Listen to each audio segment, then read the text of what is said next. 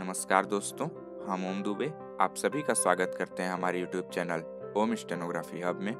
दोस्तों, आज हम आपके लिए दीपक प्रकाशन की बुक से 80 शब्द प्रति मिनट की 12वीं डिक्टेशन लेकर आए हैं।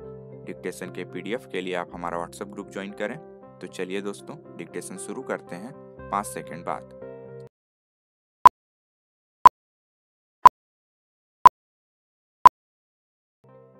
Ready, start.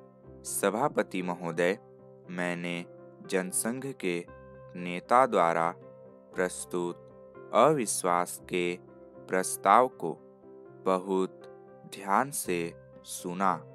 उनका भाषण सुनने के बाद मुझे ऐसा प्रतीत हुआ कि उन्होंने अविश्वास के प्रस्ताव की महत्ता की और उसकी आवश्यकता को ठीक प्रकार से नहीं समझा।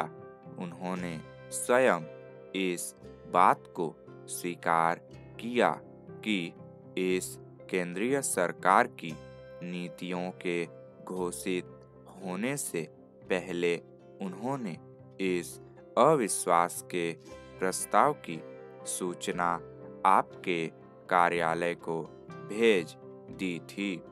अविश्वास का प्रस्ताव किसी भी सरकार के विरुद्ध इस बात को ध्यान में रखकर लाया जाता है कि उस सरकार की नीतियां असफल हो गई हैं।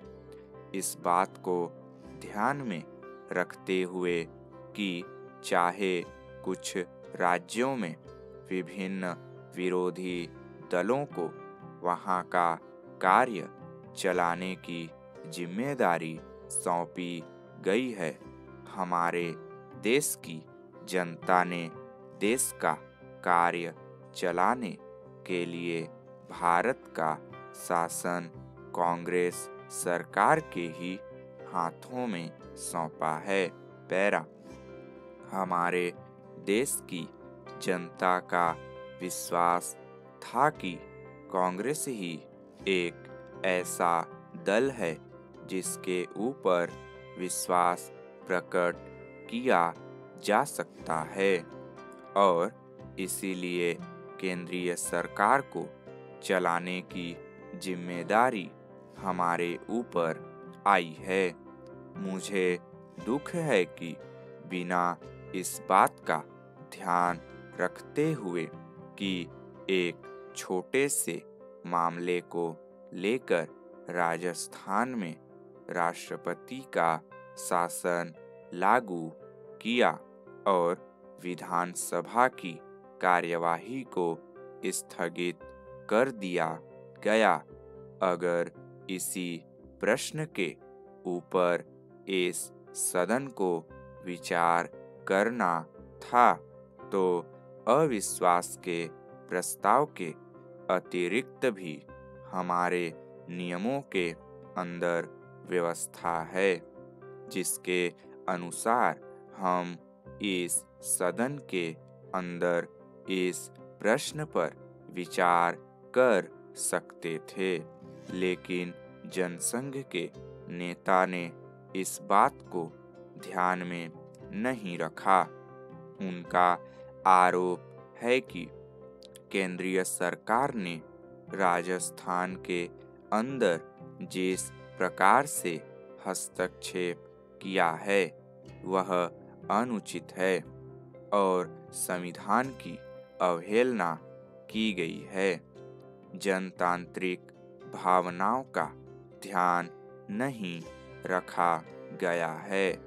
उनका यह भी कहना है कि वहां जो निर्दलीय सदस्य चुनकर आए थे उनको राज्यपाल ने राजनीतिक अधिकारों से वंचित रखा है और कहा है कि कांग्रेस पार्टी जो वहां का सबसे बड़ा दल है केवल उसी को वहां पर सरकार बनाने का अधिकार है।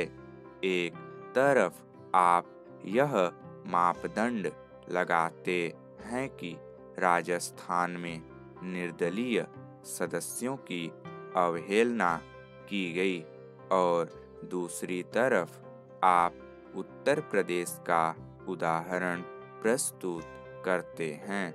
स्टॉप। दोस्तों, वीडियो अच्छी लगी हो तो लाइक करें, अपने दोस्तों के साथ शेयर करें और चैनल को सब्सक्राइब करके बेल आइकन जरूर दबा लें। धन्यवाद।